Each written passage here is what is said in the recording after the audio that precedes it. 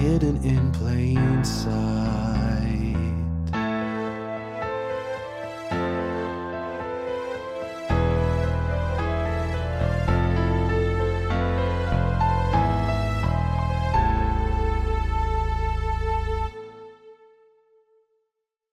Welcome back to Hidden in Plain Sight, the series that dares to ask, what if Christopher Marlowe did not die in Deptford in 1593?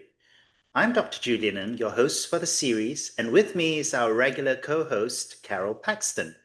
Hi, Carol. Hello again, Julian. Yes, well, we've reached the fourth episode of our co-hosted presentation of the pre-recorded conversation between Professor Joseph Corey, the chairperson of Department of English at St. Francis Xavier University at Antigonish, Nova Scotia, Canada, and our friend and author of Marlowe's Complaint, Dr. Peter Hodges. Together, they are taking another look at the rival poet Sonnets, numbers 78 to 86 in the collection titled Shakespeare's Sonnets. We both are providing commentary on this unique event. But I think this is a good point for us to jump back into the conversation and see where we are at.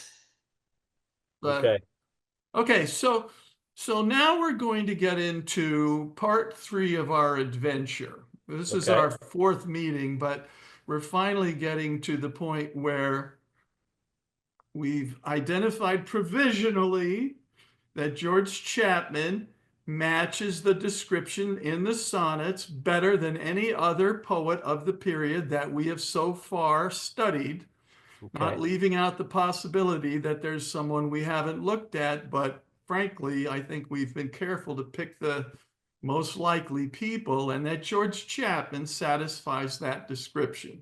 Right. And then secondly, we've laid down the foundation that the source of the dispute is Chapman's appropriation of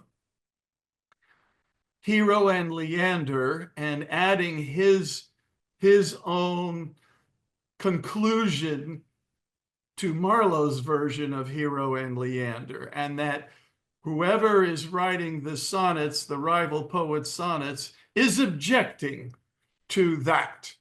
Now, we also observe that the person to whom these poems is being written, person or persons, is Lady and Sir Thomas Walsingham, because they are the people to whom both versions of Hero and Leander were dedicated. Okay. Right. Now we have to ask ourselves, who's on the other side of this conversation? And can we find that out? And will the sonnets give us information that will help us understand who this is? Okay. So let's look at the sonnet, and I have 5 things here that I think help us identify that. And I remember, Joseph, that when we first discussed this, you raised the question of the coroner. You raised it right away, and you said, well, what are you going to say to the Queen's coroner? He pronounced him officially dead, Christopher Marlowe. How are you going to get around that? Okay, let's take a look at the sonnet. And we have in Sonnet 86, you take a look at Sonnet 86, it asks the question, it's starting with line 5. And we've looked at this line before, but not with this point of view, with this particular interest. We looked at it for spirits, but now we're going to look at it. It says, was it his spirit, by spirits taught to write above a mortal pitch, that struck me dead? Right. No, neither he nor his compeers at night, giving him aid, my verse astonished. Well, so the writer is saying that he's been struck dead? Right. Is this a metaphor? What does that mean? Let's take a look at what was happening in 1597 and 1598, because it's only at this point in time that Christopher Marlowe is stated to be dead. It's only in 1597 that you get the Theater of God's Judgment, where I forget the man's name, where he claimed that Marlowe was murdered in a brawl. And then later on, the following year in Francis Mere's Pilatus Tamia, he actually goes a little further to describe Marlowe's brawl as being some kind of argument between him and a serving man who stabbed him. So my point here is that now in 1597-98, where before it had been basically Marlowe was just not there. And there were rumors, but nobody published anything to actually say, was he dead? Then we come to 1598, and the declaration is in print that he's dead. And so if anyone is writing or reading this poem saying, was it his spirit that struck me dead?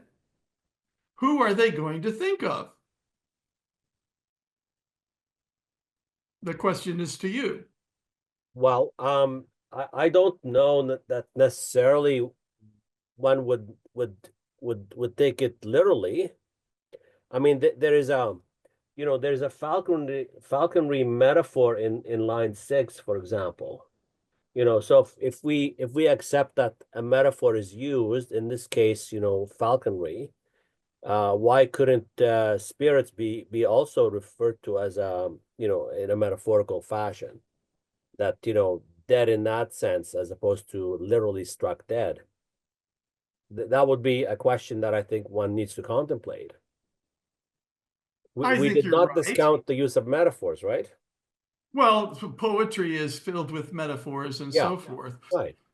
But if the word on the street is that Christopher Marlowe is dead because I've read it in a pamphlet, and now I'm reading this thing that struck me dead, I don't have a lot of other poets I can compare that language to, metaphorical or not. Okay, so let me ask a different question then. Meres talks about, in his Pilatus Tamia, he talks about Shakespeare's sugared sonnets. Yes, he does. Yeah, so why would we want to doubt that? I'm not addressing that question. There's no question that we can't point to a particular sonnet or sonnets that he's identifying. No. But he's pointing out to the fact that he's a capable sonneteer. All of that I could say, except it's not anything to do with what we're talking about. So you're basically insisting on separating those sonnets from the rest. I'm saying that, like any kind of composition, when the sonnets, when they were published as Shakespeare's Sonnets 154 and A Lover's Complaint, don't forget. Yeah. So immediately they are a collection. Right. And no one is suggesting that Lover's Complaint was written at the same time as the sonnets. No, I don't dispute the possibility. Probably solid that they were not necessarily written at a particular time together. I mean, that they could have been, they were written again. I don't, I couldn't make a distinction between when Sonnet 82 was written versus Sonnet 92. I wouldn't even pretend to make that distinction. I guess a reservation that I have, and it's not a new one, it's an old one that we've gone over many times, but nonetheless it's there, is, is it even realistic to remove any one of the sonnets or a set of sonnets out of the context of the remaining sonnets. And I just, everything that's, all my professional, training, and my philosophical training tells me that that's very difficult, if not impossible to do. So I just go back to it. I certainly want to listen to the argument, and I'm willing to go with it, play devil's advocate if you like, or whatever. But I just have that niggling concern at the back of my head, No, I think, listen, I think it's perfectly fair. And I think that's something that it's part of your makeup, and I don't think you can just lay it aside outright. And I guess the other one is, when do we choose to read something literally versus metaphorically? Like if we make one exception, must we not make another exception, right? So I think you can do them at the same time. I think they are. I think that the fact that it's written this way, you're entitled to recognize the metaphors that are being used. Okay. You are also entitled to take it on its face. Okay. Well, let's proceed on that assumption then, and see where your argument goes. All right. So looking at it, was it his spirit that struck me dead? I think the first thing that you see when you see that is that the author is asking the question, is this man responsible for my death? Okay. Metaphorically or real, is he responsible for my death? And to say it's a metaphorical death, is George Chapman the person who said I was dead? Or is it someone else who said I was dead? Okay. Okay. But acknowledging that people think he's dead, and therefore he must be dead. Right. And so he's just posing now, how many people are going to ask that question or even have the entitlement to ask that question? How many poets of that period at that moment in time? I can think of one other person who might pop up and ask that question, and that would be Tom Watson, who was also dead and supposedly really was dead, but we don't, I'll accept that Watson was dead, fine, because apparently Marlowe thought he was dead in 1592. And a lot of other people thought he was dead in 1592, but there weren't a lot of people who thought Marlowe was actually dead immediately in 1593 that were talking about it. Okay. So we have that. That is and again, this isn't something that specifically identifies Marlowe. It's something that Marlowe fulfills. Okay. It's a description of a man with brown hair that Marlowe also has the brown hair. So we have a description of a poet who is dead, and that can be fulfilled by Christopher Marlowe among the narrow group of people who's left to us. Okay. Okay. Now then we come to, and all provisional here, we come to another clue given to us by the sonnet. This one is in Sonnet 79. And it's the first line, but we'll take the first four. While I alone did call upon thy aid, my verse alone had all thy gentle grace. But now my gracious numbers are decayed, and my sick muse doth give another place. Well, in the fullness of that comment, there is inside of it a statement that at a certain point, this writer had a one-to-one relationship with his patron. What he is, Okay. what he's saying, I all alone did call upon thee for aid. Right. So there was a point in time before the person that he's complaining about and after anybody else may have been patronized by this patron, when he was the only person who was receiving patronage, aid, and he alone was calling upon it. And if I'm looking at Christopher Marlowe, I am seeing that take place sometime after Thomas Watson, who was, he had dedicated poems to Walsingham on Okay. the occasion of the death of Walsingham's uncle.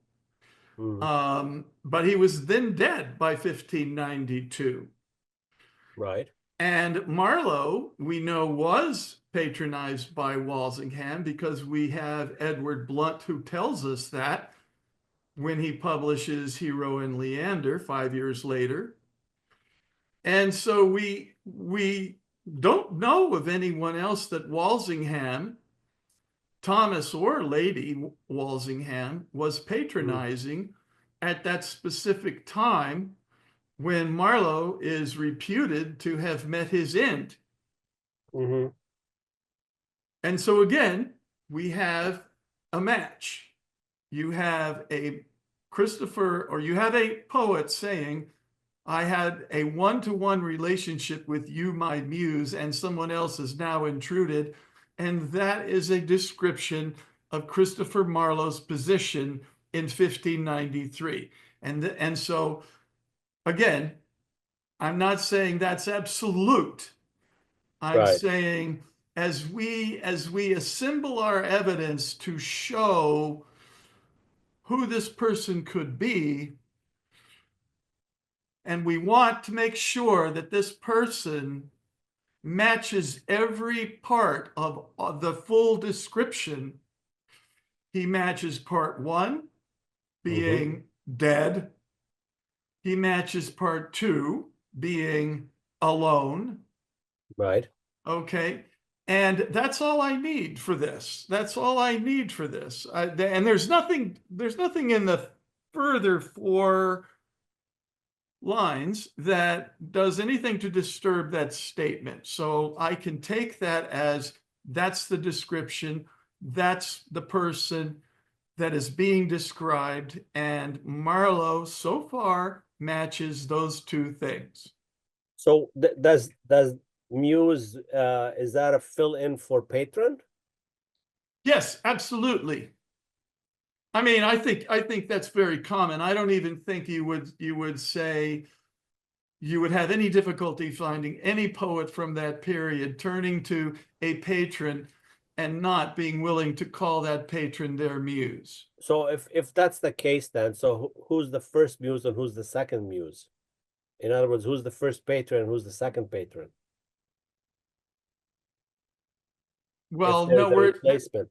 this there's only one muse being spoken of in this.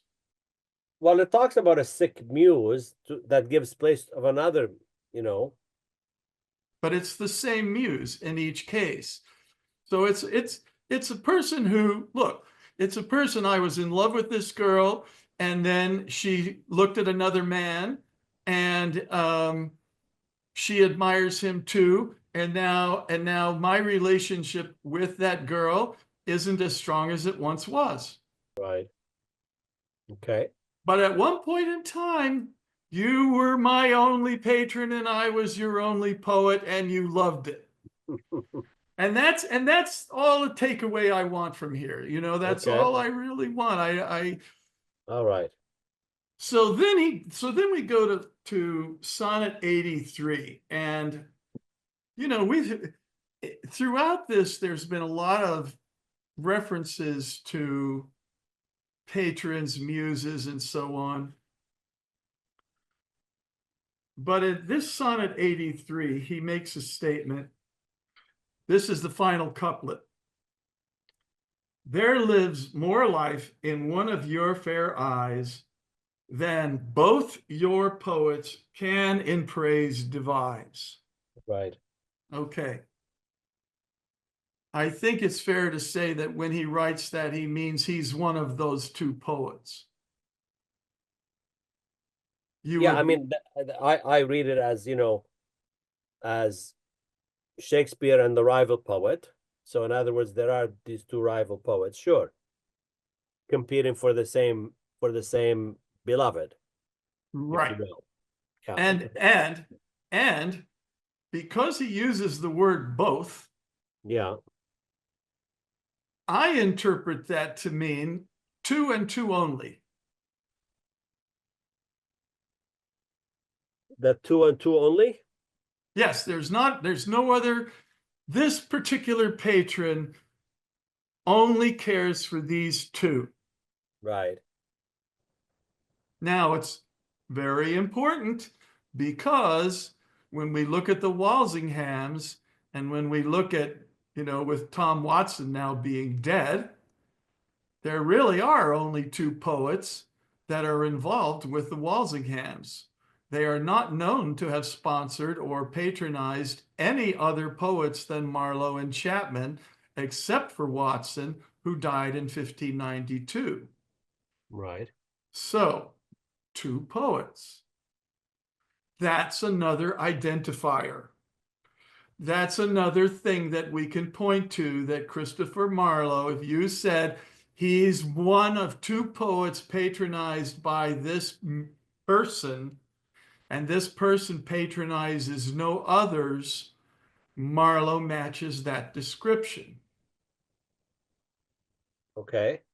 Follow? Okay. Yeah. Now, it seems to me that if we're at this stage and we're looking at, okay, it's Hero and Leander and it's George Chapman and it's two poets, and George Chapman himself has gone out of his way to say Hero and Leander, begun by Christopher Marlowe and completed by George Chapman. Right. We know who the other poet is. It's Christopher Marlowe. Whatever else the history may tell us and whatever we may or may not know, when we look at these 9 sonnets, that's what they are telling us. You want to step outside the 9 sonnets, you may find evidence that will confuse you, but if all you had were those 9 sonnets, you would have to say, it looks like we're talking about Christopher Marlowe here, or somebody who thinks he's Christopher Marlowe, right? Okay. Let's Are you- assume that that's correct. Okay. No, because I have an immediate question in mind. Good, But throw it. okay, all right. So my question is, let's assume that your theory is correct. Okay. Are you suggesting that it's only these 9 sonnets that would belong to your author, in this case, presumably Marlowe? That's a very good question. That's a very good question. So in other words, it's only these 9 sonnets to the exclusion of all the other sonnets? Well, you see where my question is leading. It's, of course it is, and I think it's a valid question. I think there are many answers that can be given to this. Okay. I think that it's entirely possible that we can just leave it at the 9 sonnets and not have to argue about anything else. Right. But if the question is it conceivable that another poet wrote these 9 sonnets and that these 9 sonnets were not written by William Shakespeare and that they nevertheless found their way into a collection of sonnets which were called William Shakespeare's sonnets, right, we have a precedent example of something like that happening, which is the Passionate Pilgrim. by William Shakespeare, which included 12 poems, 9 of which are not by William Shakespeare. Right. So there's no reason in the world for us to make any kind of assumptions against the possibility that someone else may have written those 9 sonnets. Okay, but let's assume that it's these 9 sonnets, and we can certify that they were written by someone other than William Shakespeare. Let's for a second assume that. There are 154 sonnets in here, Yep. in just these sonnets. Never mind the sonnets in Romeo and Juliet, for example, or Henry Right, V. right. Never mind those. Just these sonnets. So that's, that's still another, 145 sonnets, right? Right. So, but we're removing these out of the collection that is known as the sonnets, and we're reading them on their own as opposed to in tandem with the other sonnets, which I think is potentially quite problematic, because thematically they certainly tie into some of the other sonnets.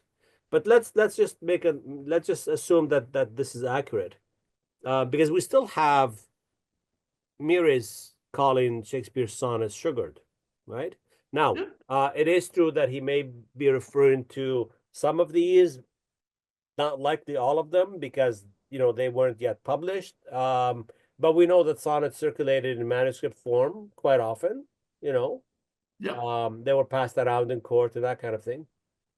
So, I guess what I'm saying is that even if you could make a substantial claim that these 9 are not Shakespeare's, there are still a lot of questions that remain to be answered, right? Yep. About their authenticity, as their supposed authenticity as non-Shakespearean. Well, in terms of the authenticity and in terms of the provenance of what's being discussed here, I want to remind you that I'm making reference to real texts that were published at the time.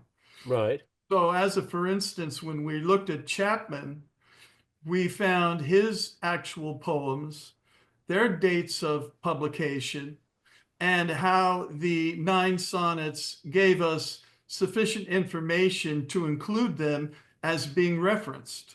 Okay. Right? Because of the nautical theme or the hymns or various other ways, the way in which Hero and Leander has its unique qualities, these particular identifying markers find their exterior and external confirmation, right, in real documents, not in somebody's not in somebody's interpretation, or 200 years later thinking, well, it could mean this or it could mean that. No, we have actual physical documents in order to show that if they were talking about anything like this is an example of what they would have been talking about. Right. We don't have to make it up. We know this for a fact. And similarly, as we get through each of these steps, we can point to external documents that the sonnets themselves appear to refer. Okay. Okay, so do the sonnets themselves, the 9 sonnets, lead us outside? And do we find ourselves, now it's an open question, we don't have to answer this right here and now, but to me, if they present themselves as a contained argument, we have the opportunity to treat them that way. Okay. If they put in place a question that can only be answered by making reference to yet another sonnet, well, I guess then we have to go looking for that other sonnet. But as far as these 9 are concerned, they present a single argument. They conclude that argument, and they feature all of this evidence. Fair enough. I mean, you know, as I say, these questions certainly come up, and I think they're valid questions. I think there's an enormous amount of information in the sonnets that gives us quite a lot that most people don't take the time to think about. But again, one thing at a time. Yeah. Now, it might be better if we wrap it here. Yeah. Well, Carol, that was quite interesting. Peter and Professor Corey might be satisfied to end this part of their discussion there, but I still have some questions. I think that after 4 episodes, it's fair to say that Peter has established, to my satisfaction anyway, that George Chapman, by process of elimination, is the only poet who matches all 5 of the statements he's uncovered in the sonnets. And there are no other statements that contradict this. I think Peter has also established that this dispute was about the fact that Hero and Leander was appropriated by Chapman with his additions. There's nothing else. I mean, no other course of action that fits the 5 statements, again, that Peter has found in the sonnets, and nothing that directly contradicts this. So we've established these 2 things, given only evidence that is present in the sonnets, and that there is no outside evidence that we can refer to. We've had all of these questions raised about, you know, whether this is evidence or anything, or is it just a string of metaphors or literary invention? But if you read it literally with the documentation and the timeline, then it tells a very coherent story. Not to re-argue all of that, but accepting it either as a set of facts or just for the sake of argument. If we have to, all of this evidence is pointing in one direction, and there is one context for it. Should we then discard the context, or should we look at the rest of the evidence? You know, the remainder of the evidence inside the context? That is the question. So I think we've got to the point where we have established that if these poems are referring to real people and real events, then the real person in terms of the poet who's being addressed is George Chapman. There really is no one else. And we've also established that the poem that fits the description, especially the every alien pen description, the poem that fits best is Hero and Leander. Now, that of course brings us to the question that who would be writing 9 sonnets complaining to George Chapman about what he has done to Hero and Leander? Now, one argument, I don't think it's a particularly solid one, but it's a point you can make, is that perhaps it's someone who is just a huge Marlowe fan and is extremely angry that his dead hero is being his dead hero is being used in this way to market a very second-rate piece of poetry. And I suppose on the surface that is an argument that's not completely implausible. People do become very defensive about their favourite writers and artists. You could say that we become very defensive about Marlowe ourselves. However, when one actually looks at the sonnets, they are clearly written in the first person. That is, the author of the sonnet is the person who is making the complaint. And the author of the sonnet does tell him some things about himself. And one line I'd like to concentrate on is, in fact, in Sonnet 81, which says, though I once gone, to all the world must die.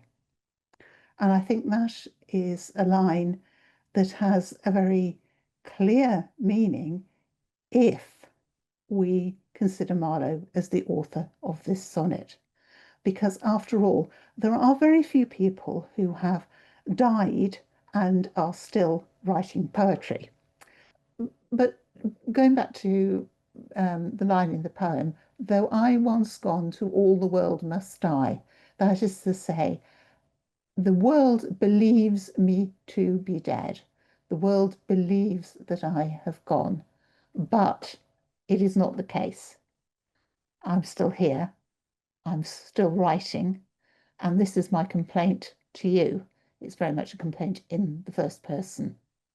Well, isn't that really an argument in favor of a metaphoric reading? When you say, or when the author says, the world believes I'm dead, but I'm still here, you could interpret that as a statement of fact. But even the word dead is a metaphor at that point, isn't it? Yes, but not in the way it's used in Sonnet 81. The person is saying that he is, in the eyes of the world, he is dead. Now, of course, he is not literally dead, he is exiled, he's gone. But it's not really a metaphor for going out of fashion or I don't know, keeping bees in the countryside like Sherlock Holmes or something of that nature. It's not a metaphor for giving up the literary life. It might be a metaphor for and I think it is actually a metaphor for exile from the London literary life. All right. So within the context of the preceding 10 proofs, you then have someone who is complaining about Chapman appropriating Hero and Leander, and now that person is saying he's dead. Should I try and read the statement, the world thinks I'm dead, in isolation? Because that then does open the door to, I think, a reputation being dead.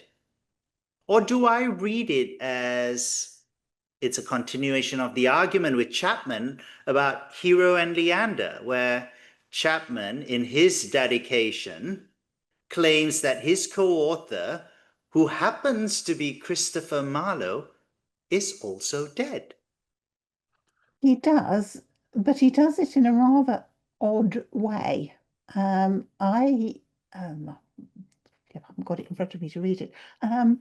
He does it in rather an odd way and a very strangely apologetic way, as though his co-author is dead, but he feels quite compelled to justify what he's done and to an extent apologize for it. Now, the justification, maybe he's justifying himself to his patron, to the wider world, but the apologetic tone of the justification is more than a little odd. Yeah, but that's not so much what I'm speaking about. What I'm asking is, do we have a link? Is this word dead a link between the sonnet and Chapman's dedication? Should I read that line, to all the world I'm dead, as a statement simply separated from all the other statements made in the 9 sonnets entirely? I mean, I could read the line alone, and it could refer to exile, it could refer to loss of reputation, it could refer to death, it could refer to a lot of different things. But within the context of what we've previously established with regard to Chapman and Hero and Leander, you actually have Chapman referring to the co-author of Hero and Leander as a person who is dead. And that is his motivation for completing Hero and Leander, because the other half of the poem was written by the poet who is dead. And then simultaneously with that, the person who has made that link available to us by complaining about Chapman appropriating Hero and Leander, that the person on the witness stand is saying, I'm the person he's claiming who is dead. The context is really the most significant element here, that you can separate any statement, and if you try and make it stand on its own, it can't convince anyone of anything. But if you put it in the context of all the other statements into this matrix of statements, then it's very hard to dislodge. Is what I'm saying, I mean, does that make sense to you? Albeit the world thinks Machiavel was dead. But yet, prologue to the Jew of Malta. And of course, that was only printed in the 1634, I think. So we'd have no idea when that prologue was written. No idea at all. And in fact, that entire prologue speaks of somebody who was believed to be dead, but is in fact exiled and has now come back. Right. Okay, fantastic. I think we'll end on that. Peter has promised to give us the two final pieces of evidence to try and make the case for who he thinks wrote all of this in our next episode, and I'm really looking forward to that. I expect Professor Corey will continue to challenge him with careful and methodical interrogation of his ideas, so that will add plenty of spice. Once again, big thanks to Professor Corey for his important contributions to this investigation. I mean, he's keeping us all on our scholarly toes. And as I even mentioned before, I hope his own students can even offer some questions for all of us. Why not? Challenge accepted. So join us, dear listeners, when Peter, Professor Corey, and Carol and myself will be back in our next episode, episode 5 of the 4th season of Hidden in Plain Sight. Hidden in plain sight.